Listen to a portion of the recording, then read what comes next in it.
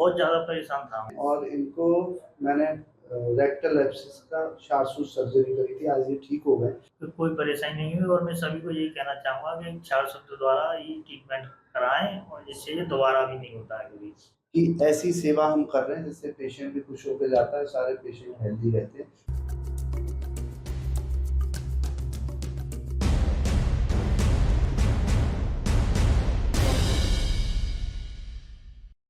नमस्कार, मेरे साथ में है आज सुभाष और इनको मैंने रेक्टल एब्सिस का शार्ट सर्जरी करी थी, आज ये ठीक हो गए। तो आपको क्या सिम्टम आए थे, क्या दिक्कत हुई थी? मेरे को सिम्टम ये थे कि एक तो मतलब पेट इतना खराब हो गया था कि बार-बार लैट्रिन करने जाना पड़ता था और दूसरी बात ये थी कि मतलब बैठा भी नहीं जाता था, इतना ऐसा लगता था कि ये जगह बिल्कुल फटेगी। बहुत ज़्यादा परेशान था तो मैं। आपने कुछ इलाज कराया इसके लिए हाँ, मेरे आने से पहले? हाँ, मैं गया था सीधा आगरा गया था, अर्जुन नगर में गया था डॉक्टर साहब पीके गुप्ता के पास। उन्होंने बताई कि फिस्टुला है या नहीं कन्फर्म नहीं हो पा रहा है। अच्छा, हाँ। वो कैसे डॉक्टर थे? सर्जन थे वो। अच्छा, सर्जन थे। Surgeon, general surgeon.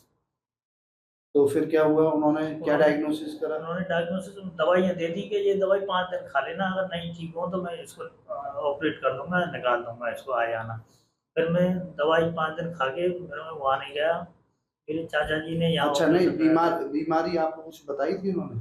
बीमारी नहीं बताई थी। एक्चुअल में इनको एब्सिस था और रेक्टल एब्सिस होने के बाद में उनको बताना चाहिए था पता नहीं डॉक्टर चला, साहब। उनको पता नहीं चला। ये कह रहे थे मुझे कन्फर्म नहीं हो पा रहा है ये एब्सेस फिस्टुला अच्छा, है या नहीं है। हाँ, एक्चुअली जब रेक्टम में एब्सिस है तो उसका मतलब यही है कि ये फिस्टुला बनने वाला है और हमें ट्रीटमेंट भी वैसे ही फिस्टुला की तरह करना पड़ता है। अच्छा, फिर मेरे पास आए तो मैंने क्या बोला? आपने बोला कि ये रेक्टल एब्सेस है और ये 16 सेंट बहुत गहरा है, 16 सेंटीमीटर का है और मतलब धागा पड़ेगा हाँ, सोलह। इसमें धागा इनको पड़ेगा एक्चुअल और में रेक्टम में एब्सिस था।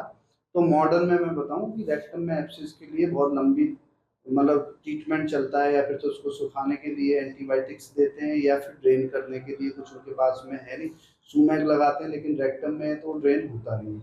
इसकी वजह से आपको कुछ दवाइयाँ दी होंगी डॉक्टर साहब ने, हाँ, एंटीबायोटिक्स। एंटीबायोटिक्स दी तो थी। एंटीबायोटिक देने से क्या होता है, उल्टा प्रभाव पड़ता है कि सूख तो पाता नहीं है, हाँ, लेकिन सूखने की हम जब कोशिश करते हैं उस पस के लिए तो पस कहीं ना कहीं इधर उधर भाग जाता है और गहराई बढ़ती चली जाती है। गहराई बहुत बढ़ गई थी डॉक्टर साहब, बहुत गहराई।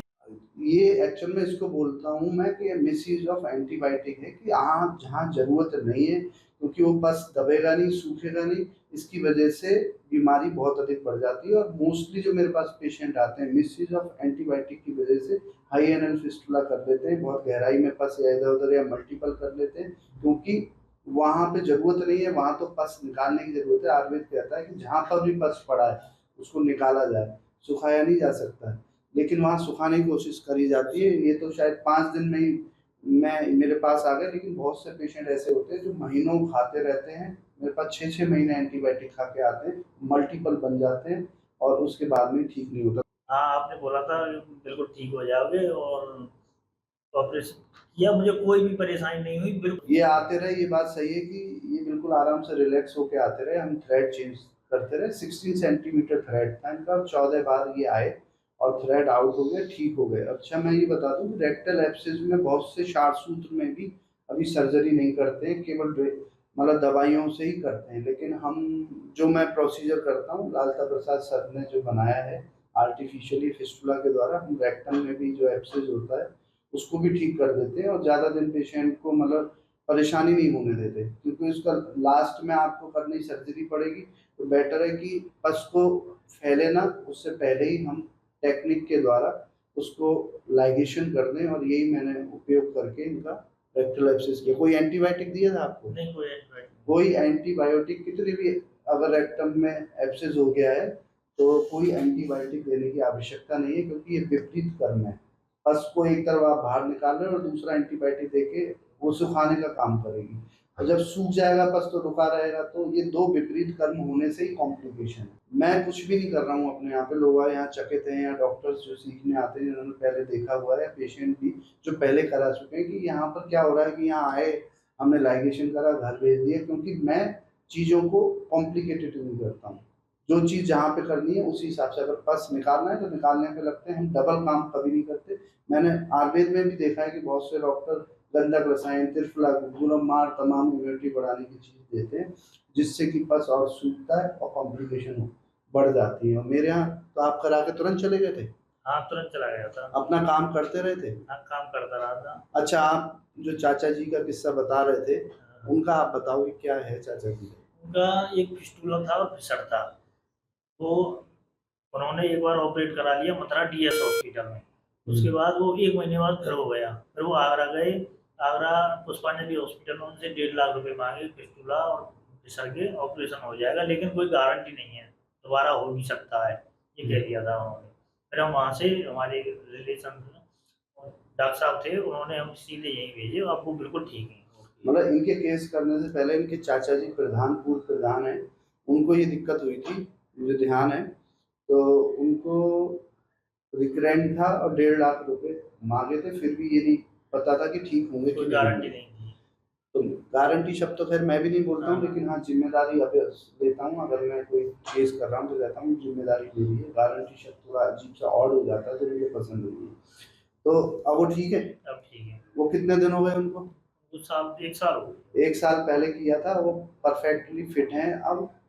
और फिर उसके बाद में इनको तकलीफ हुई और आज मैंने ये भी कराया। ठीक। कोई पस या कोई तकलीफ कैसा कोई दर्द है? नहीं, नहीं, बिल्कुल ठीक। पूरे शार्ट सूट के दौरान सारा काम करते रहे आप? हाँ, करता रहा अपना नॉर्मल। तो आप क्या कहना चाहेंगे शार्ट सूट के बारे में और हमारे शार्ट सूट सेंटर के बारे में यही कहना चाहूँगा कि बहुत अच्छा ट्रीटमेंट है और मतलब सबसे अच्छा ट्रीटमेंट लगा मुझे तो ये।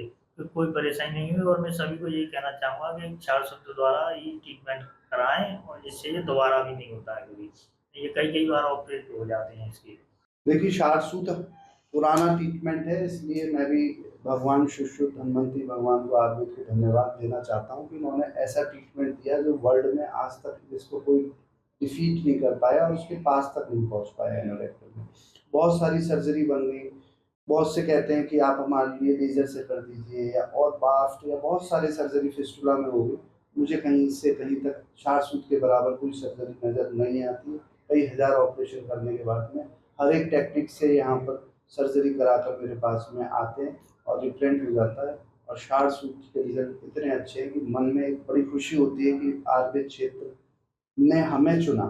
हम क्या उसको चुनेंगे, आयुर्वेद क्षेत्र ने हमें इसकी सेवा के लिए चुना, तो मन में बड़ी खुशी होती है कि ऐसी सेवा हम कर रहे हैं जिससे पेशेंट भी खुश होकर जाता है, सारे पेशेंट हेल्दी रहते हैं। और मतलब शार्ट सूट करने के दौरान भी पेशेंट बड़े खुश हो के आते हैं, तो हमेशा मुस्कुरा के आते थे। कभी इन्होंने ये नहीं कहा दर्द है या कोई दिक्कत है, सारे काम करते रहे। तो मैं भी आयुर्वेद के लिए आज धन्यवाद देना चाहता हूँ भगवान शिव शरद के लिए, और आपके लिए भी आप ठीक हो गए।